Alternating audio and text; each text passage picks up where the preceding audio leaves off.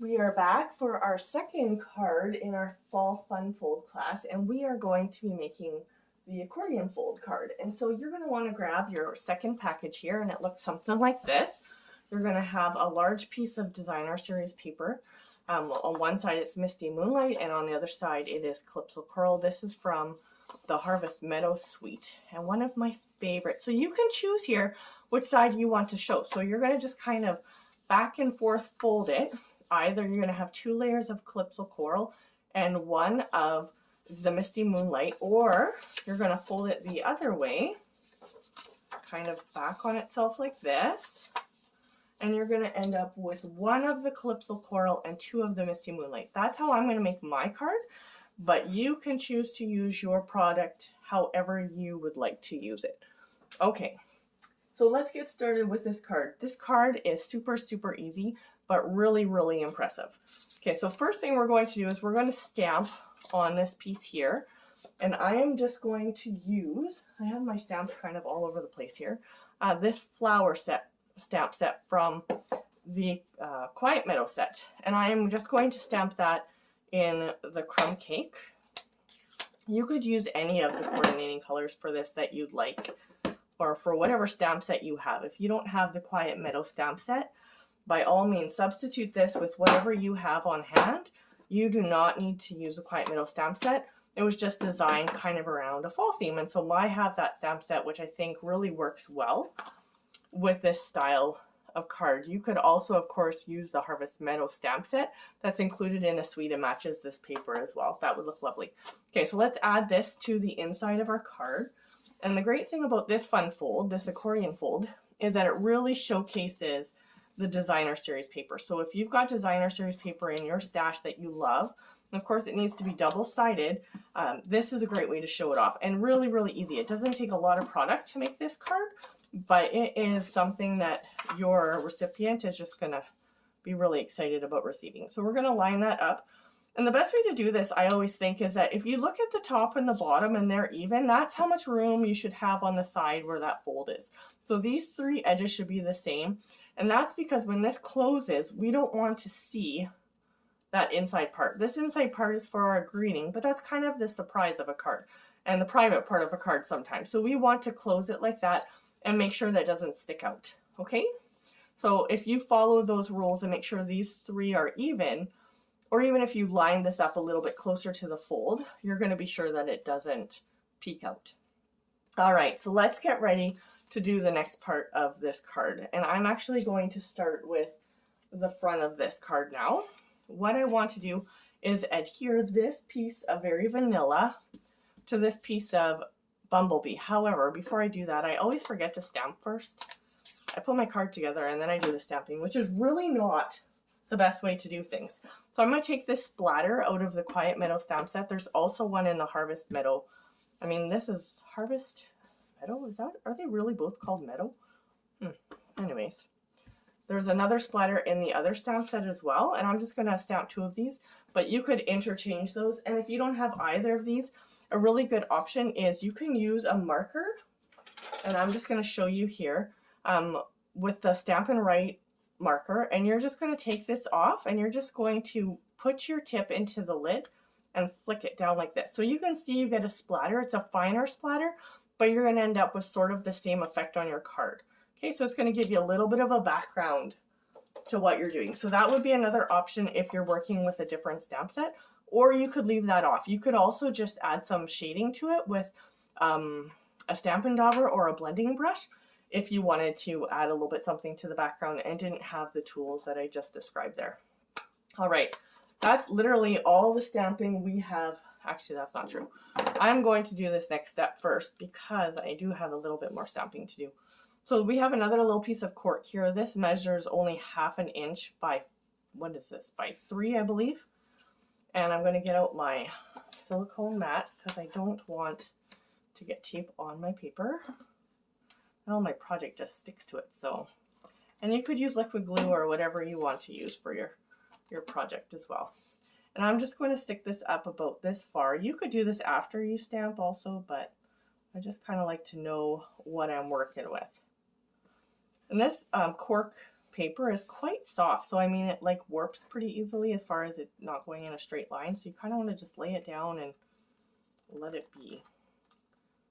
Okay, I am going to use Misty Moonlight for stamping on this card.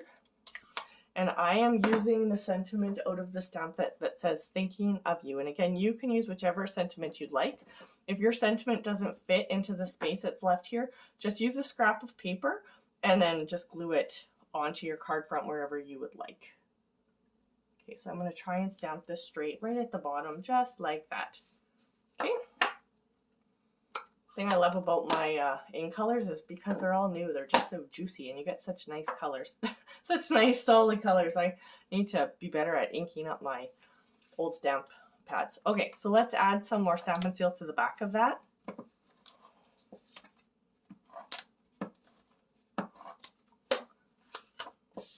And we are going to put that into the center of that on this cardstock.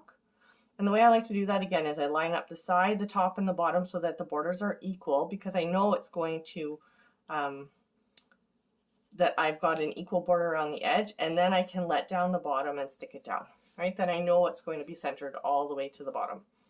Okay, let's go ahead and finish embellishing this. So you have 3 different pieces in this kit. One is a soft succulent, I just call it a twig, but again, you can always flip it over if you decide you want a different color. You have a vellum piece here, and you also have a yellow flower. So I see in this vellum piece, I have a few little pieces. It must just be sort of this leafy piece, because we did this on the last card too, and there were little pieces stuck in. So I think it's just this leafy one where they don't all come out. All right, so we are going to just add a little bit of color to this flower, a little bit of Calypso Coral. So we're going to open our Calypso Coral pad. This is where you need the Stampin' Dauber that was included in the supply list. And we're literally just going to add a little bit of Calypso Coral to the center of this. So just like that. You could also add it to this little flower if you wanted. And you can add as much ink or as little ink as you like. So if you decide you want it a little darker, just go ahead and do that. Okay, all right, let's go ahead and put our card together. So I'm going to start with the vellum on the back, and I am going to use liquid glue to adhere this. So I'm going to turn it over so it's on the back, add some dots just like we did last time, just small little dots into the big open areas, and you really don't need that much. I just kind of like, if you have little areas sticking out, if you try to get around the edges a little bit, the middle parts will just also stick down. Okay, so again, I'm going to just use my nozzle to kind of take it down into the branches a little bit so that some of those areas will stick to.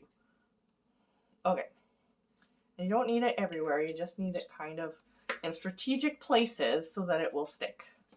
And the way this silicone mat works is that the adhesive doesn't stick to it and you can wash it up really easily. So that's why I like to use that. It doesn't get all over my work surface and it just wipes right off of there. So vellum is a little bit finicky, and we're going to just add this down here like that. And I just kind of go around and press onto the parts where I put the glue just with my finger.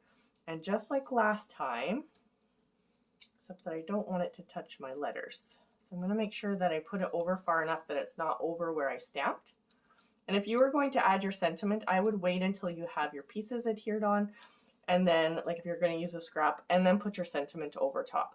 So again, I'm going to just take a block and put that over top of that piece to help it settle in and hold down for a minute. So the next piece I'm going to glue on is the soft succulent twig. Using my liquid glue again. I like to use my liquid glue on die cuts because you can just really place where your adhesive is going. The other option is to use an adhesive sheet onto your paper before you die cut it out, and then it basically becomes a sticker and you don't have to add any adhesive to it at all. All right, so we're going to take this, and again, just making sure that we don't cover up where our words are, and don't worry if it sticks off the bottom. Don't want these to all be the same height, so I want to vary the height of the twigs and the leaves and the flower to make sure we've got some variety. Oh man, my finger was all sticky there. Okay, so let's take our block again and hold that down just for a second. And while we do that, we'll get our next one ready. So let's take our flower. And again, we're going to put some, we've got a little bit more room up here, so that makes it easy. And then we'll just stick a little bit down here. All right. And let's just take this flower now.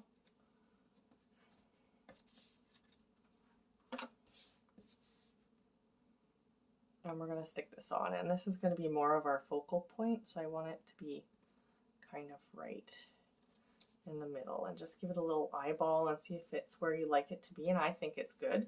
I'm going to put my block back on there for just a second to let that adhere. So now these edges that are hanging over on the bottom, we're going to trim those off as soon as we just give this a second to stick. See, it doesn't take very long, but you can see we still have a few spots of wet glue on here, so you can sort of just wipe those off as they dry and carry on.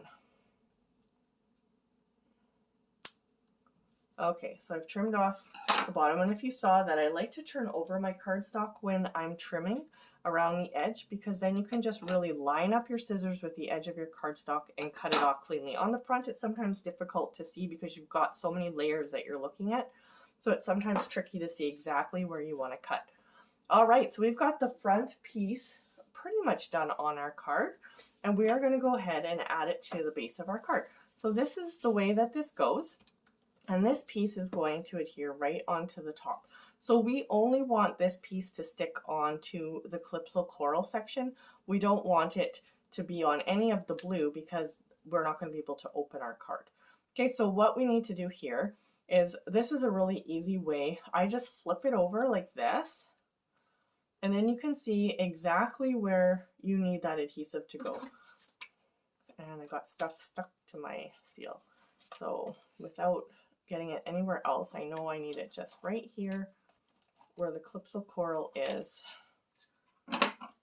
And then I can stick that down and be confident that I don't have any sticking through onto the back that's going to stick to the blue. Now let's just make sure we did okay. See, we don't have any adhesive over here, and we are able to open our card. So this card opens like this, and you could add another small piece in here if you wanted to, that hides behind here if you wanted to. And then it just kind of opens like that. You could also add another piece in here because that's in the fold, but it's really not necessary. Isn't that pretty? Okay, let's add a couple of our brushed metallic dots to this card. And again, just choose whichever ones you want to use. I'm going to just stick that in there. I like to try to put them a little bit around the center, the focal point of our card, just to draw attention to it. So we could put this up here, or we could put this down here. You know what, I think I actually like it up there. It's kind of drawing attention to our flowers, which I think is really pretty. So there we go. We've got two on the front of this card. And what do you think? Isn't that a beautiful fall fun fold card? So this is called an accordion card, and it just opens like this. I hope you enjoyed this card. So let's move on to card number 3. See you in the next video.